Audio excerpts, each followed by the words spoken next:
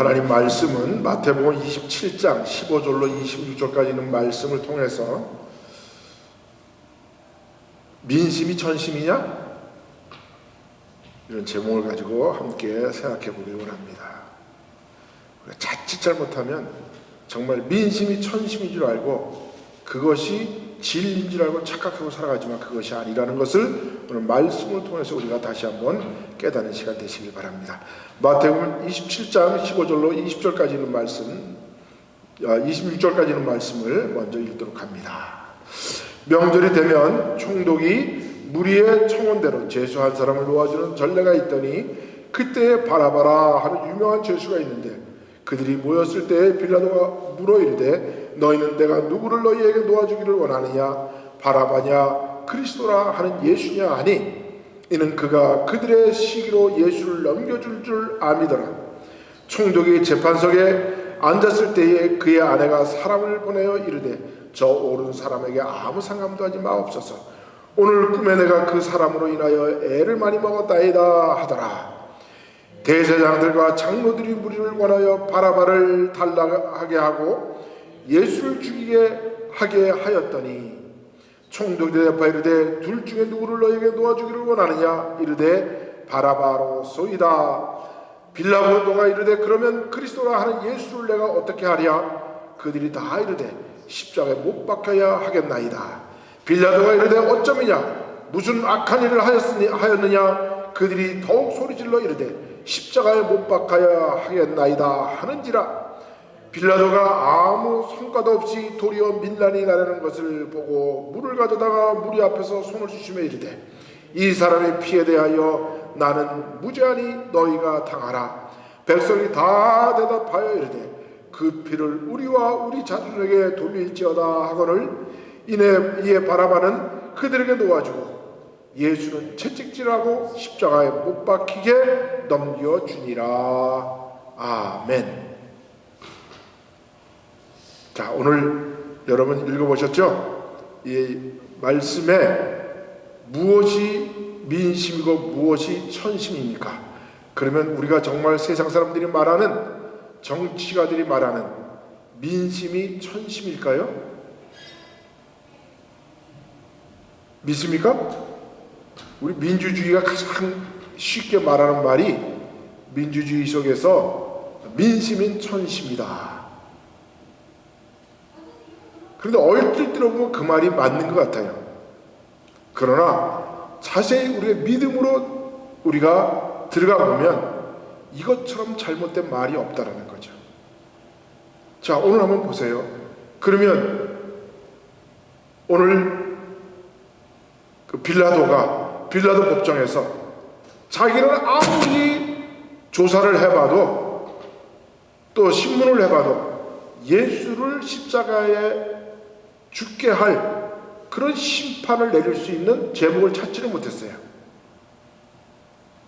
그래서 어떻게 하면 이 빌라도는 자기가 예수를 십자가에 못 박히는 이 심판에서 벗어나기 위하여 그래서 이제 유월절 때가 되면 명절 때가 되면 죄수들을 놔주는 그런 관례가 있으니 어떻게 하든지 이 민심을 돌려서 예수를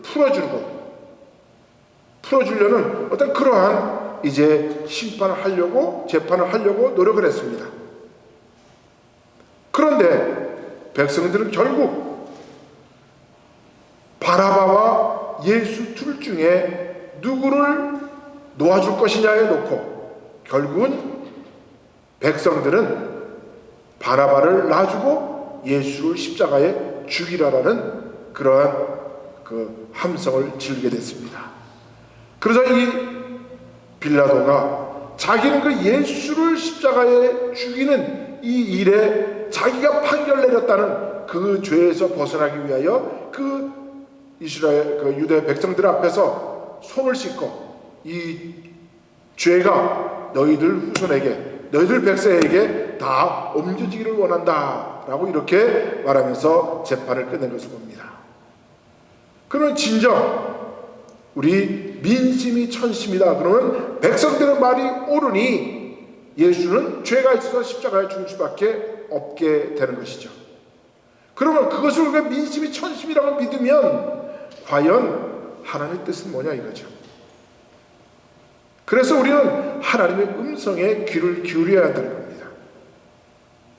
자, 우리 역사 가운데서 민심에 따라서 잘못된 재판이 얼마나 많이 일어나는지를 우리는 우리 인류의 역사를 통해서 압니다. 우리가 가장 쉽게 알 수 있는 게 뭡니까? 소크라테스가 왜 죽었습니까?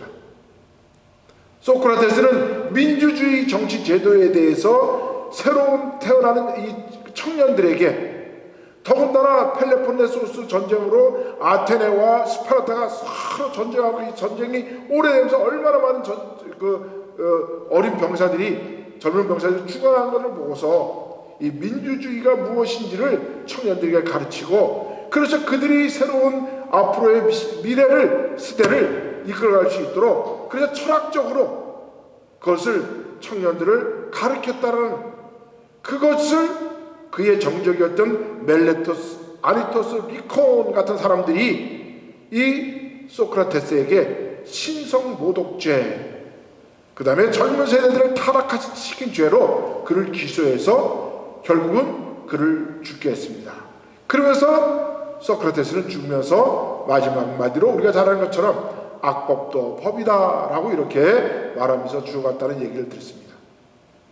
그러면 소크라테스가 죽게 된 것은 결국 천심이 민심에 따랐다, 그렇게 말하면 소크라테스는 잘 죽었네요.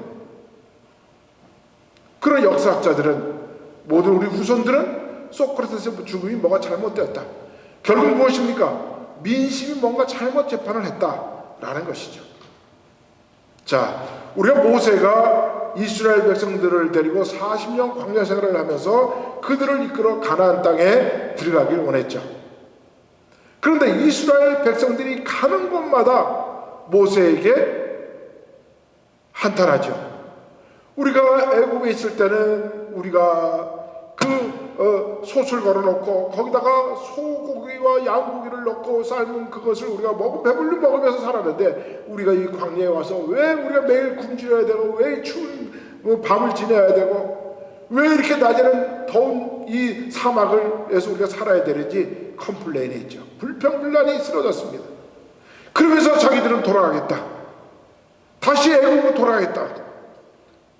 그런 백성들이 애국으로 돌아가겠다 하는 것이 천심입니까? 여러분, 또 예레미야 선지자가 하나님의 말씀은 이스라엘 백성들이 바벨론으로 가는 것이, 그것이 하나님의 뜻이다라고 예레미야가 온 유대 백성들에게 전파했습니다. 그런데 거짓 선지자들은 아니다, 하나님의 뜻은 우리 유대인들이 저 바벨론의 느부갓네살의 손을 피해서 우리가 애국으로 가는 것이 하나님의 뜻이다. 그래서 결국 예레미야는 울면서 유대 백성들에게 호소했습니다. 하나님의 뜻은 우리가 애국으로 더 이상 가는 것이 아니라 우리가 바벨론으로 가는 것이다. 그것이 하나님의 뜻이니 우리가 거기서 가서 하나님의 음성을 들어야 된다. 그럴 때마다 아무도 그 예레미야 말을 듣지 않았습니다.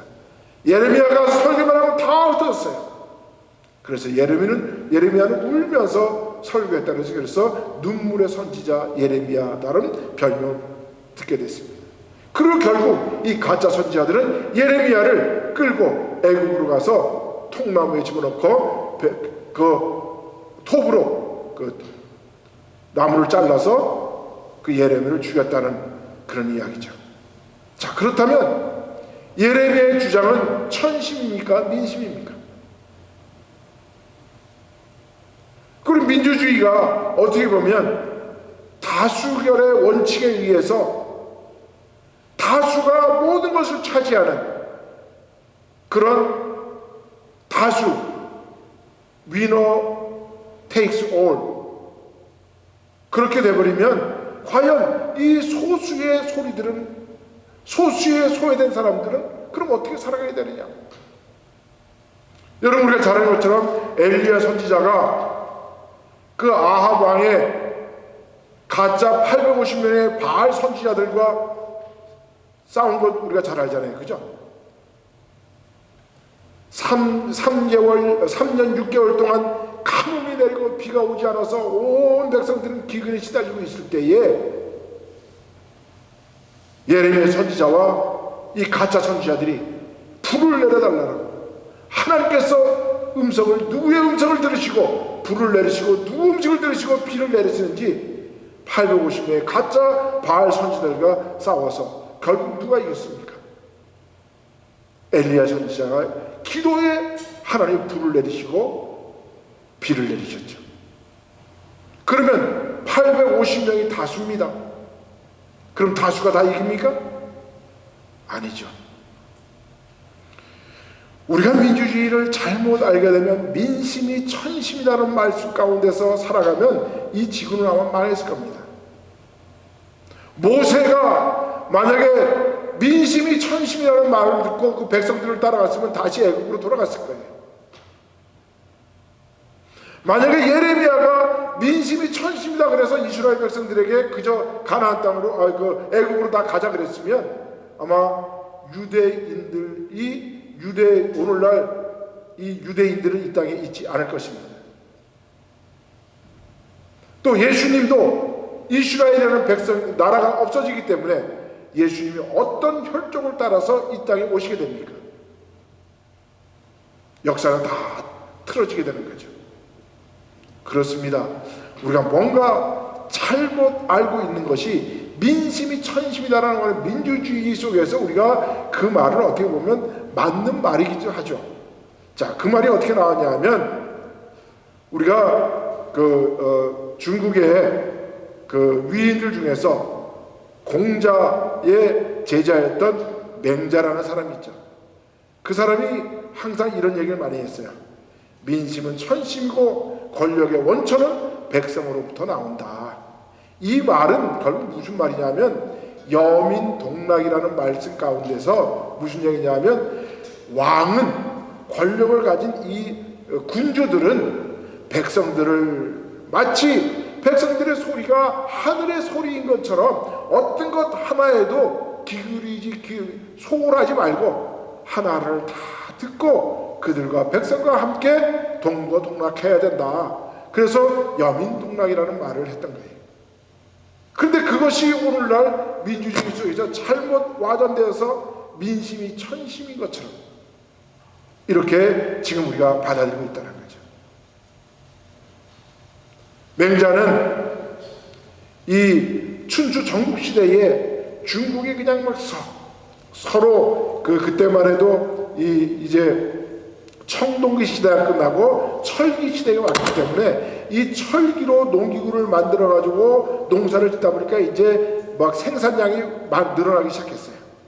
그러니까 사람들이 물자가 풍부해지니까 서로 좋은 땅 차지하기 위해서 그래서 춘추 전국 시대가 이루어졌다. 그 많은 소국들이 서로 전쟁하고 치고받고 싸우고 그러면서 이 폭군들이 많이 나오게 됐어요. 그러다 보니까 맨날 전쟁하니까 어떻게 됩니까? 백성들은 어디에 있든지 맨날 굶주리고 맨날 핍박당하는 거예요. 그래서 이 혼란한 시대에는 절대로 폭군이 일어나서는 안 된다.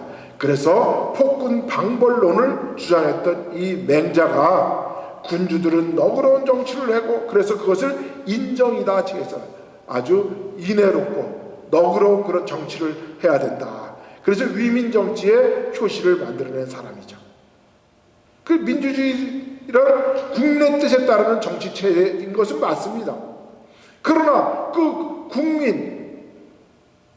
국민이라는 사람들이 어떤 사람들이냐라는 것을 우리가 잘 알아야 되는 거죠.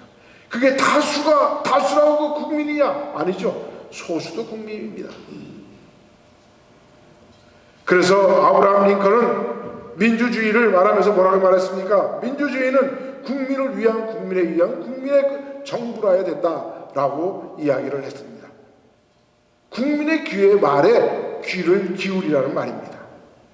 그러나 이 링컨이 한 이 말 가운데서는 이 하나님의 음성을 링컨은 들으려고 했고 하나님의 음성 곧 하나님 말씀이 모든 것이 기준이라고 링컨은 이야기를 했어요.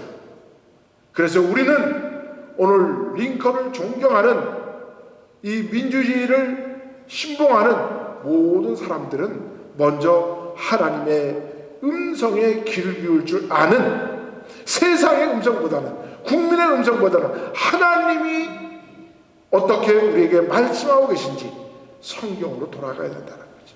하나님의 음성을 먼저 들을 줄 알아야 됩니다. 국민의 음성보다는. 그것이 아까 제가 말씀드린 우리 인류의 역사에서 하나님의 뜻이, 하나님의 천심이 민심이지 민심이 천심이 아니라는 것을 우리가 알아야 되는 거죠.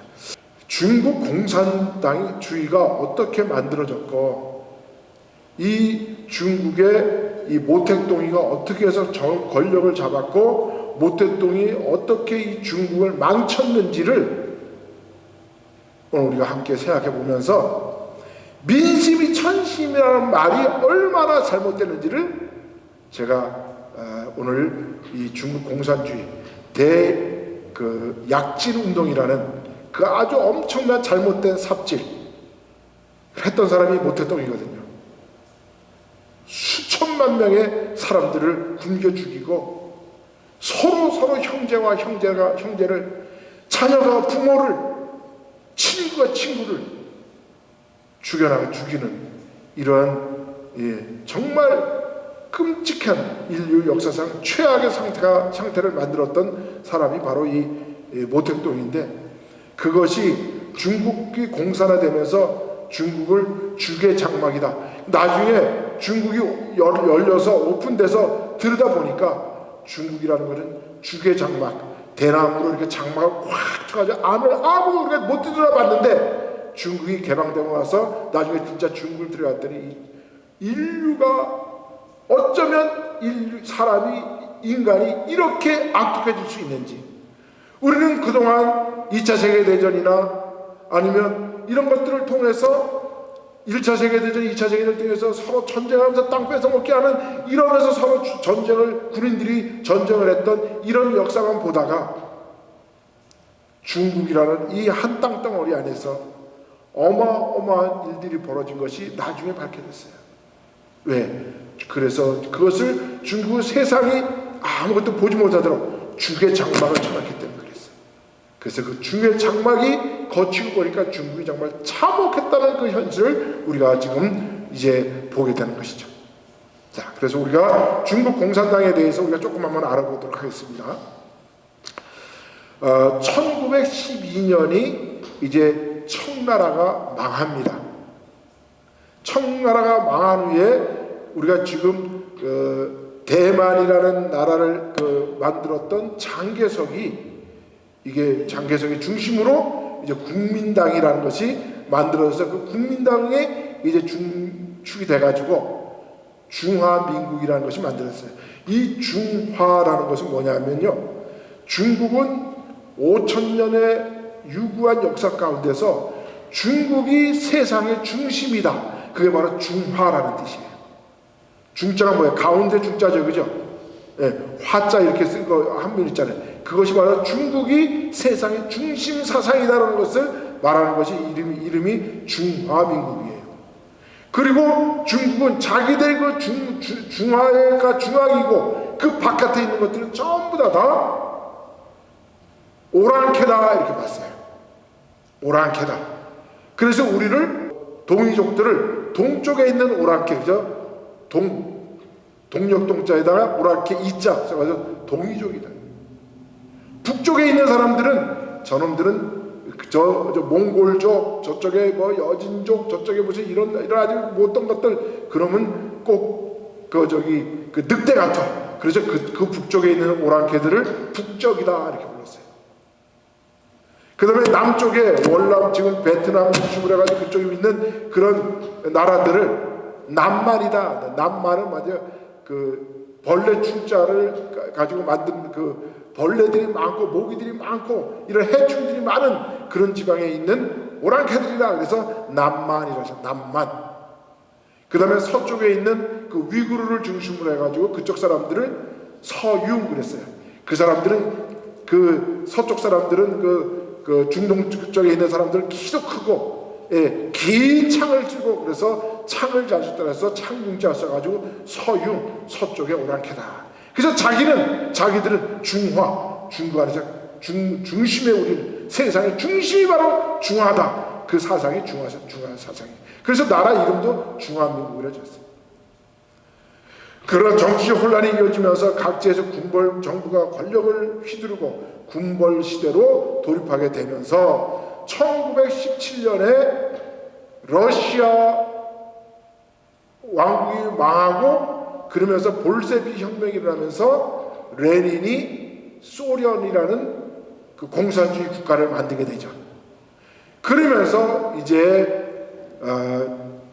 그 소련이 중국 공산당을 도와주면서 1920년 이후에 이 중국의 공산당 세력이 급속히 커지면서 1927년부터 1949년까지 장개석을 중심으로 한 중화민국과 공산주의자의 모택동을 중심으로 한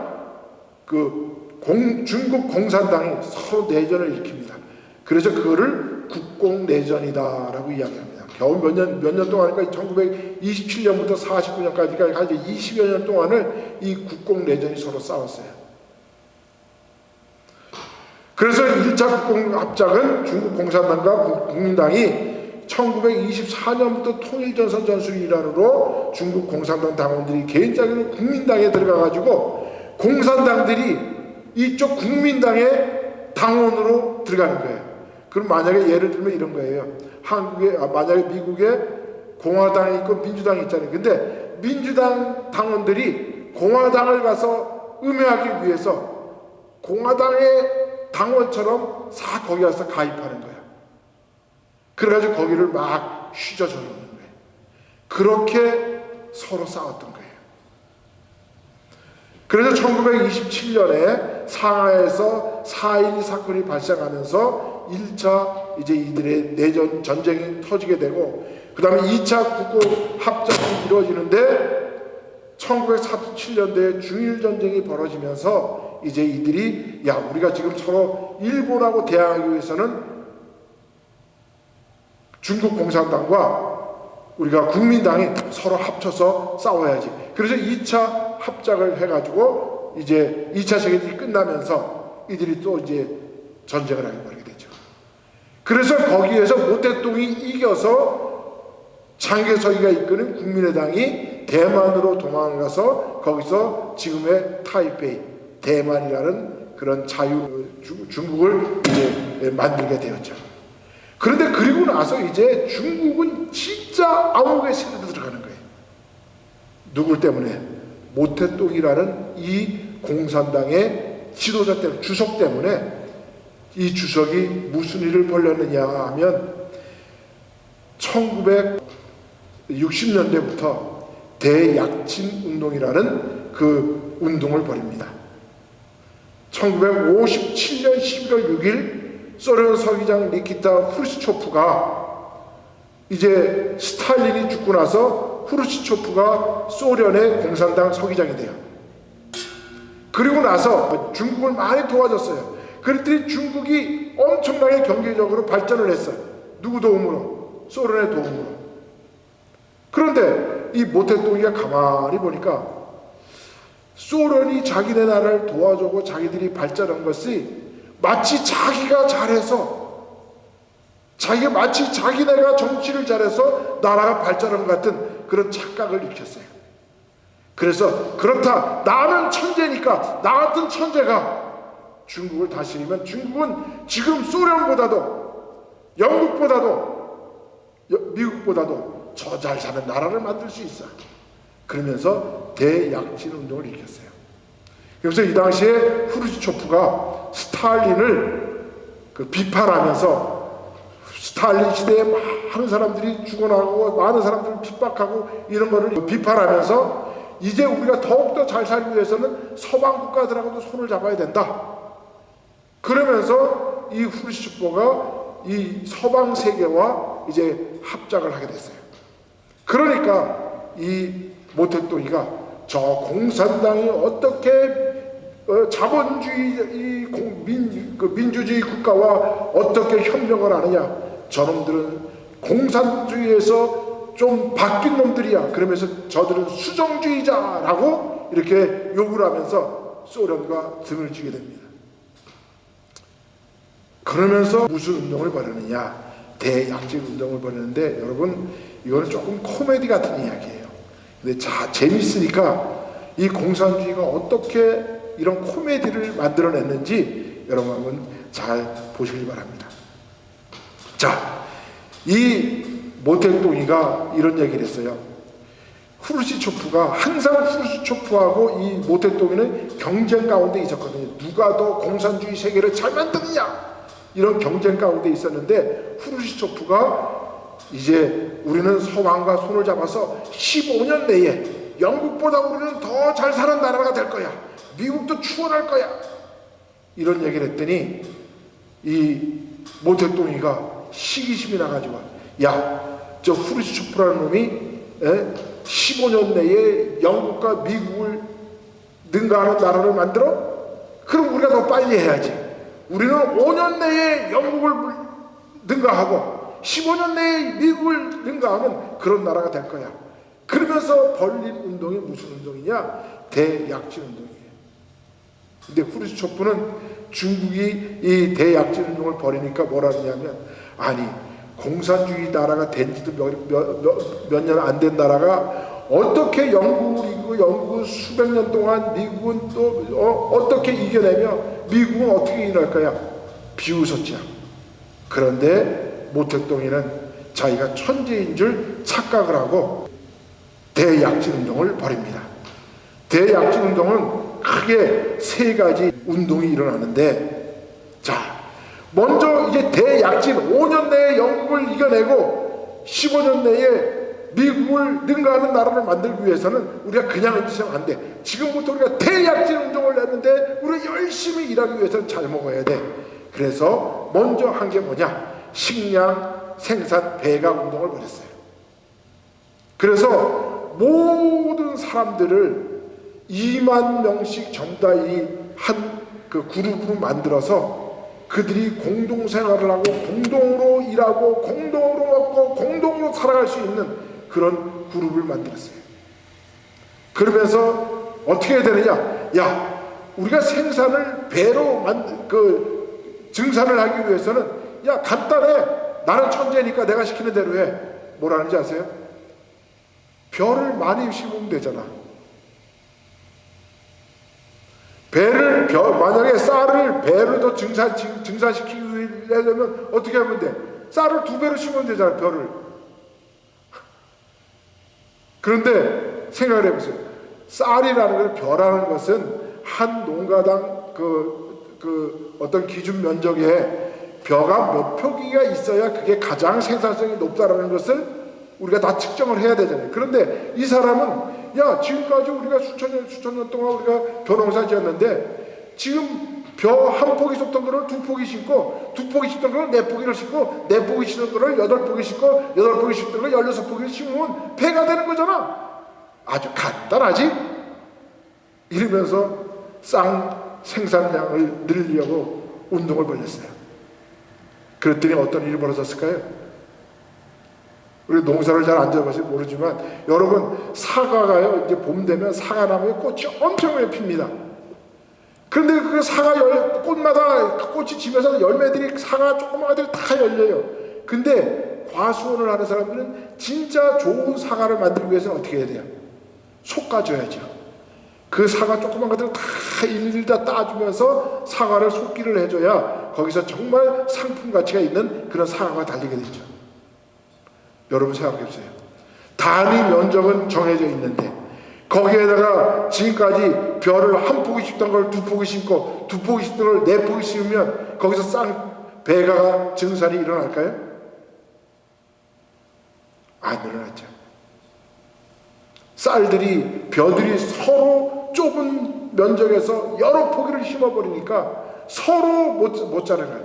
너도 못 자라고 나도 못 자라고. 그러면서, 야, 올해 쌀이 많이 나왔냐? 밑에서 보고하는 사람들이 모택동에는 잘 보이려고 쌀 많이 나왔습니다 하고 보고 올렸어. 야, 그러면 더 잘하기 위해서는 우리가 비료를 많이 주면 돼. 쌀을 더 많이 생산하기 위해서는. 그 다음에는 어떻게 했느냐, 자, 퇴비를 많이 만들어, 비료를 많이 만들어. 근데 공장이 없으니까 비료를 못 만들고 어떻게 했는지 아세요? 풀들을 다 깎아다가, 산에 있는 풀들을 다 깎아다가 그거를 퇴비를 만들어. 그리고 집집마다 있는 그 인분들을 전부 다 퍼다가 그거를 퇴비를 만들어 쓰면 될 거야. 그런데 이렇게 시골에 와서 시찰을 하다 보니까 집들이 있는데, 집들이 전부 다 옛날에 뭐였어요? 시골에는 집들이 다 이 볏집으로 이 지붕을 만들었잖아요. 생각해보니까 저 집들을, 저 지붕을 전부 다 벗겨가지고 그걸로 퇴비를 만들면 엄청난 비료가 만들어질 것 같아. 그래가지고 집집마다 있는 모든, 그 다음에 그 당시에는 중국이 뭐 벽돌집이었고 전부 다 세멘트 벽돌이 아니라 전부 다 흙으로 만든 벽돌이잖아. 흙을 그 집에 진흙으로 만든 그 벽을 다 허물고 지붕에 있는 그 볏집 이형을 다 끌어다가 집들을 전부 다 없애버렸어. 그걸 갖고 퇴비를 만들어가지고 그걸로 줬어요. 그리고 온 산에 있는 풀들은, 나무는 다 잘라다가 퇴비 만들었어요. 어떻게 됐을까요? 어떻게 됐을까요? 정말 딸 생산이 그만큼 쌀이 배가 일어났을까요? 오히려 황폐해지기 시작했습니다. 온 들판에 있는 풀들을 다 깎아버리고 산에 있는 나무들, 풀들을 다 베어는 걸 아니까 땅이 황폐해져가지고 비만 오면, 장마가 들면 흙이 다 쓸어내려가지고 오히려 엄청난 이 농사가 망치게 흉년이 들게 되겠죠. 자, 그러자 이제 모택동이 하루는 이렇게 시차를 나왔어요. 시차를 나왔는데 참새들이 논에 앉아가지고 쌀들을 다 먹는 거야, 벼들을. 그러니까 저 참새는 저거 아주 해로운 새야.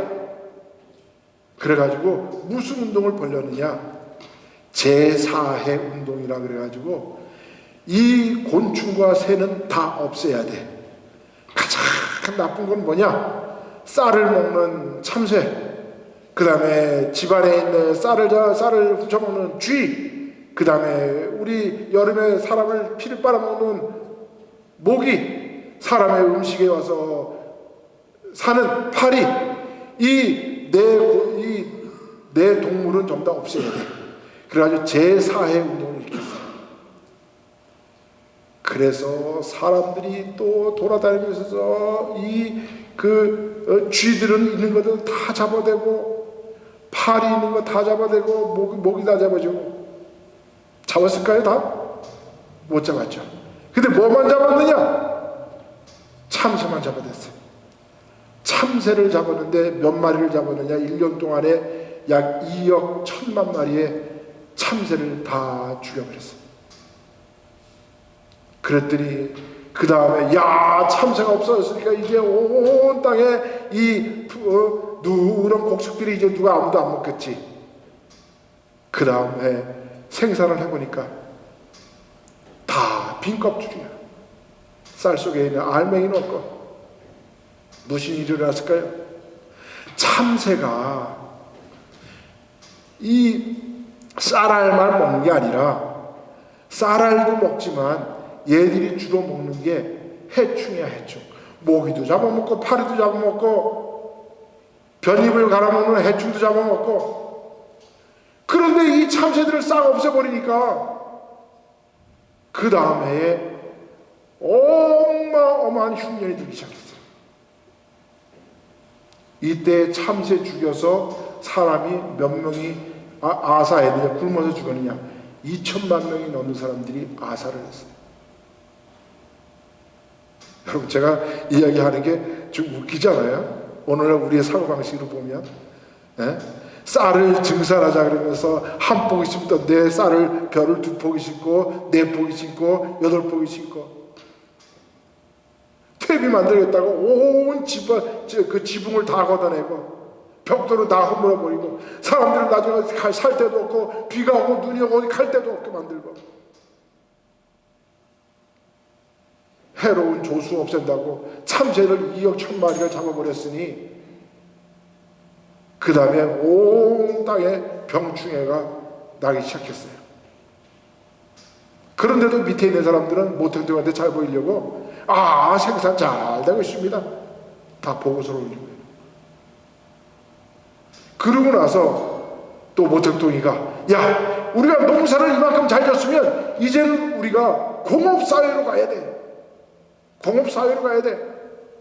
그러면 공업국가가 되기 위해서는 쇠를 많이 만들어야 되는데 영국이나 미국이나 이런 데는 제철소에서 쇠를 만들지만 우리는 어마어마하게 많은 우린 백성들이 있으니까 이 인민들에게 각 가정에다가 쇠를 만드는 고로를 만들어 놓으면 거기서 나오는 쇠를 가지고 우리가 국가를 이렇게 세우는데 그래가지고 토법 고로라는 걸 만들었어요. 사진에 있죠? 토법 고로.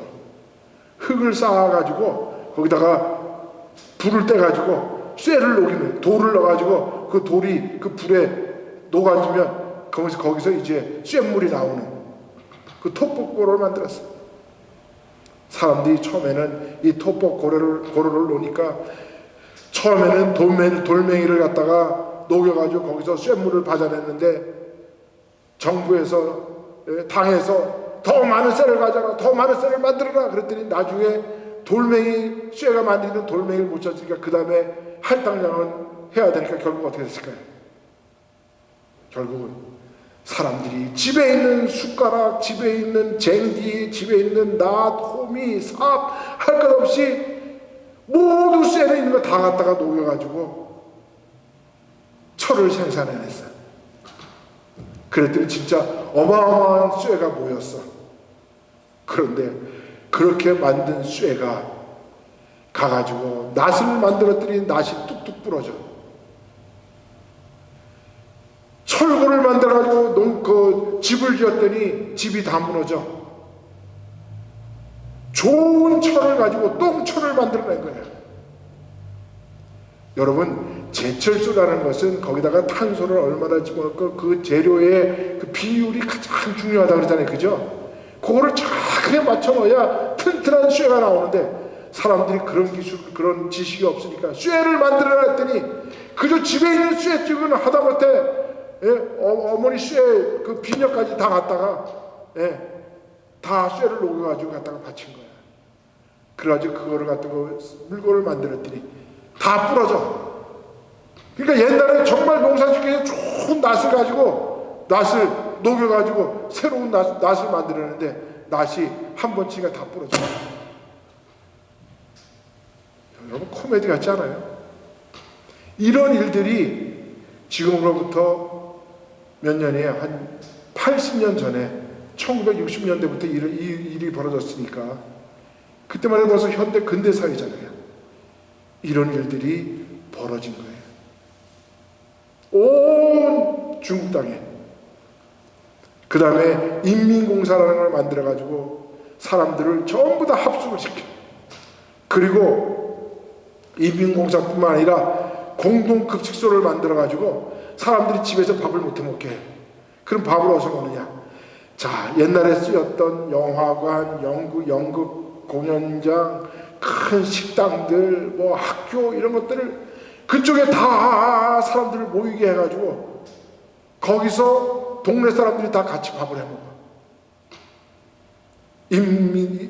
인민 공동 급식소를 만들어가지고 이때 사람들이 다 굶어 죽는 거예요. 쟤네들 음식 먹지 못하고. 여러분, 결국 이 대약진 운동이 어떻게 됐을까요?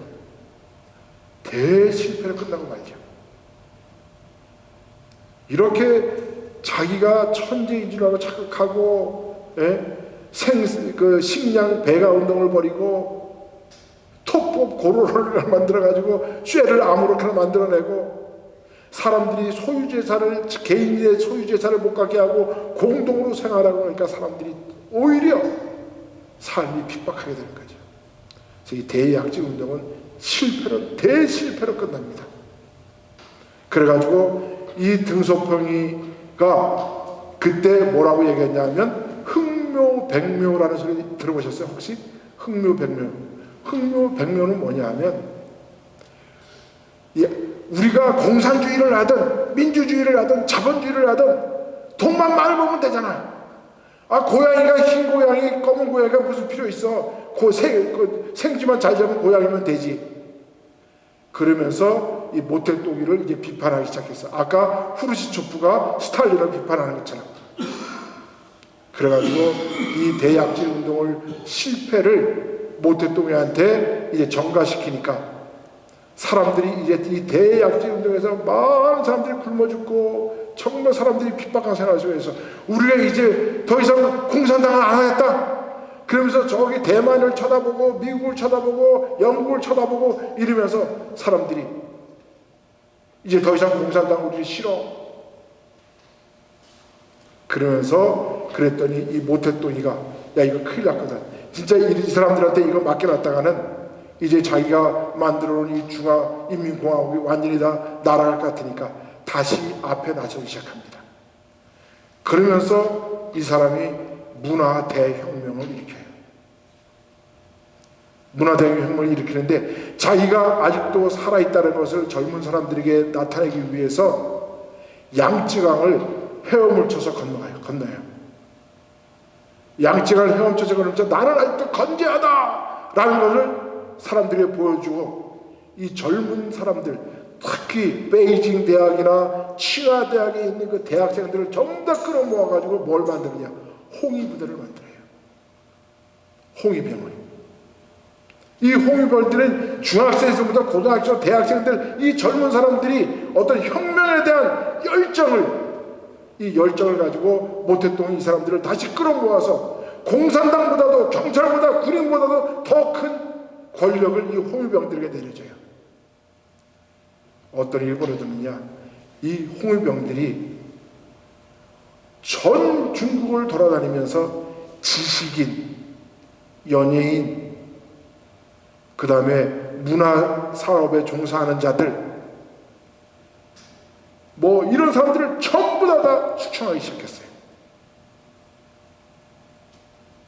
어떻게 추천했느냐? 학생들이 홍위병이 돼가지고 자기에게 지식을 전달해 가르치는 교수들을 갖다가 린치하기 시작했어요. 그리고 친구가 친구를 고발을 해서 그 사람을 린치를 해요. 우리 부모는 지식층에 있으니까 그러면서 자녀들이 그 부모를 갖다가 또 린치를 해버려요. 이렇게 해서 중국에서 또 한 5천만 명이 죽어나갑니다. 이 홍위병들의 그 광기는요, 젊은이들의 그 열정을 모택동이는 광기로 만들어버린 거예요. 그러면서 자기의 정적들을 전부 다 수천해버려요. 그리고 그 정권을 넘겨줬던 사람을 갖다가 죽이고 등소평이는 저 트럭대 만드는 공장으로 보냈는데 그 아들이 도망가다가 담에서 떨어져 내리다가 등소평의 아들은 그 하반이 불씨가 됐어요. 그래서 지금도 그걸 타고 다니요. 휠체어 타고 다녀요. 이 젊은 홍위병들이 자기 선생, 교사, 교수, 자기의 선배 다 자기 마음에 안 먹으면 무조건 고발하는 거야. 고발하면 이 홍위병들을 다 죽이는 거야. 이렇게 10년을 홍위병들이 중국을 완전히 다 쓸어버려요. 그리고 무슨 일을 벌였느냐? 중국에 있는 모든 문화재들, 중국에 있는 모든 문서들, 중국에 있는 모든 자료들 다 불살라버려요.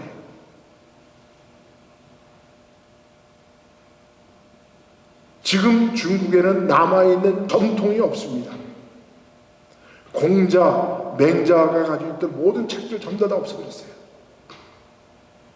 중국이 5천년 거의 만년 가까이 그 역사를 하루아침에 전부 다 쓸어버린 거예요. 누가? 이 젊은 홍위병들이. 그럼 이 젊은 홍위병들이 이게 민심입니까? 이 젊은이들로 말미암아 아직까지 정치적 경험이나 어떤 세상의 삶에 대한 이 경험 없는 이 젊은이들의 그 어떤 열기, 열정 이런 것들을 광기로 바꿔서 자기의 정적을 수충해내는데 사용한 거예요. 그렇게 10년 동안 모택동이는 등소평이를, 그 다음에 그 따르는 그 주변에 있는 사람들 전부 다 숙청해버립니다. 결국 이 홍위병들이 10년 동안 그렇게 그들을 쓸어내고 나서 홍위병들이 모택동이 가만히 생각해 보니까 만약에 지금이라도 또 홍위병들이 저들이 또 총구를 나에게 들이대면 어떡할까? 안 되겠다. 저들도 제거해야지. 그래서 결국 그 홍위병들을 어떻게 보내느냐? 상산하향 운동이라는 운동을 벌였어요. 이 상산하향 운동은 뭐냐? 지금까지 우리가 도시에서 있던 모든 젊은 학생들이요, 젊은 청년들이요, 이제는 시골에 가서 혁명해야 된다는 시골로 다 내려보냈어요. 그 법을 만들어서 그 홍위병들, 젊은이들이 도시로 못 올라오게 만들어버렸어요. 법으로. 결국 그들이 시골에 있다 전부 죽게 만드는 거예요.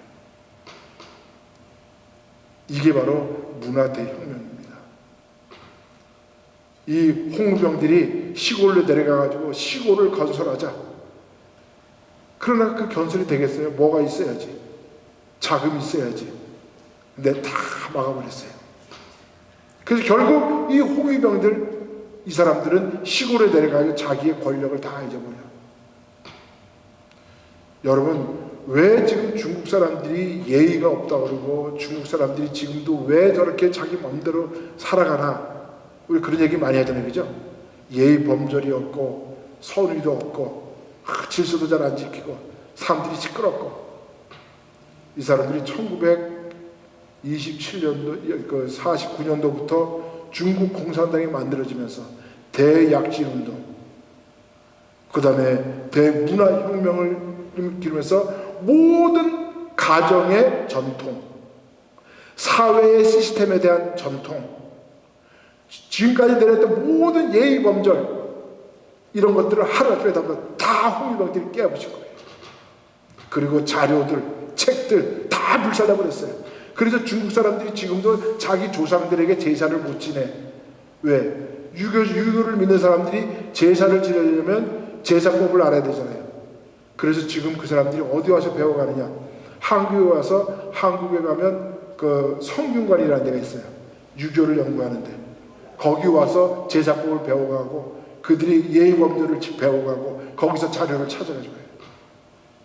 왜 중국 사람들이 예의가 없느냐? 왜 중국 사람들이 함부로 저렇게 시끄럽게 떠들고 사느냐? 홍위병 때 다 자기가 홍위병으로 살았기 때문에 그래요. 애도 없고 어른도 없어. 무조건 누구도 안 믿어. 결국 이 홍위병들은 선동당하고 서로 죽고 죽이고 기만하고 거짓말을 반복듯 하고 자신의 이득을 위해서라면 물불을 가리지 않는 공산주의 세계에서 살다 보니까 사람들이 완전히 바뀐 거예요. 인종이 바꾼 거예요. 인종. 여러분, 이게 바로 공산주의예요. 민심이 천심이라 그러면서 다수의 횡포를 일으키는 이 홍위병, 대약진운동, 이게 바로 공산주의예요. 선동당하고 서로 죽이고 기만하고 거짓말하고 자기에게 살기 위해서는 부모 형제자매도 다 고발하고. 왜? 누구 말이죠? 나만 살기 위해서. 이게 바로 중국이 오늘날, 지금은 이제 등소평이가 다시 그 재정권을 잡고 개방운동을 일으켜서 중국이 이만큼 살지만 그들의 뿌리 속에서는 아직까지도 그 대약진운동, 홍위병 대문화혁명, 홍위병들의 이 아주 그 악질적인 이런 행태, 이런 것들이 그 속에 아직까지도 잠재해 있어요. 아직까지도 그 상처가 치유되지 않았어요. 여러분 한번 생각해 보세요. 이런 것들이 민심이라면 이 지구는 벌써 망했어요.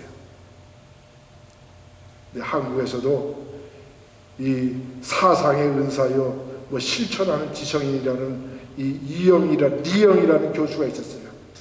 이 사람이 전환시대의 논리, 8억인과의 대화 이런 것을 가지고 모택동을 찬양하는 책을 써가지고 한국에 지금 많은 이 주사파들, 학생운동했던 사람들이 이 사람의 영향을 받아서 지금도 똑같이 중국의 홍위병들처럼 행동하고 살아요. 이게 지금 한국의 좌파들의 뿌리예요. 자, 오늘 우리 하나님 말씀을 다시 한번 생각하면서 끝내도록 합시다. 결국은 뭡니까? 우리가 믿는 사람들은 세상의 소리보다는 무엇을 먼저 들을 줄 알아야 돼요? 하나님의 음성을 먼저 들을 줄 알아야 됩니다. 그리고 민심이 천심이라는 말은 좋은 말이에요. 그러나 그것을 잘 새겨서 들어야 돼요. 천심이 민심이지 민심이 천심이 아니라는 거예요. 만약에 민심이 천심이라면 홍위병들의 그 광기를 우리가 무엇으로 해석해야 될까요?